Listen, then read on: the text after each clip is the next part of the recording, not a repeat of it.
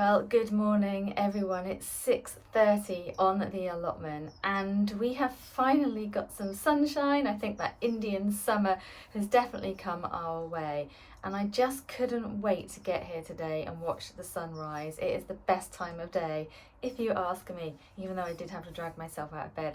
So you can see there's actually some dew around in the mornings here at this time of year. There's some you can see on the roof of the Rhino greenhouse here, but it's so beautiful and the harvests are abundant right now. I actually went away for a couple of weeks, so when I came back to the allotment I was thinking maybe it would be a scene of complete devastation, but it wasn't at all.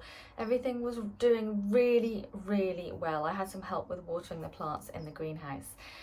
There are some crops that have done exceptionally well this year, and that's the beans, and I'm just going to show you them now.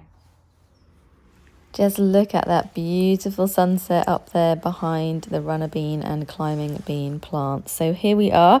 Here's the runner beans. They're doing really well considering I haven't been here for a few weeks, so they haven't really been watered much. But I think we've had a bit of rain during the time I was away, but there we are with the beans.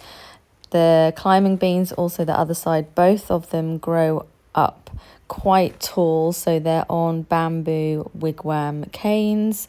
And just look, I think an allotment doesn't look quite right without beans growing. So both of these were sown undercover in the Rhino greenhouse in spring. You can wait and sow them directly outside when the soil warms up a little later in spring, probably heading towards late May, but these were sown in April. And they have been prolific all season. I also absolutely love the flowers, and the bees love them as well. There's so many different varieties. So you can get white flowers too, which are really pretty. But it's been full of pollinators and just they're spectacular plants. And every single year I say I'm not going to sow them anymore, but every single year I do. So to harvest them, all you have to do is just pinch them off the plant. You can just do that with your fingers, or you could use secateurs as well if you'd prefer. I actually harvested tons of these over the last couple of weeks, so it's a bean frenzy in my home. But they do taste amazing, and don't forget to pick the stringless varieties as well.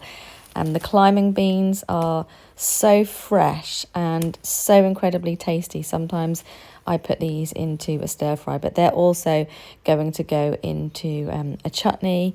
I also use them in soups and stews, that kind of thing. They smell so fresh.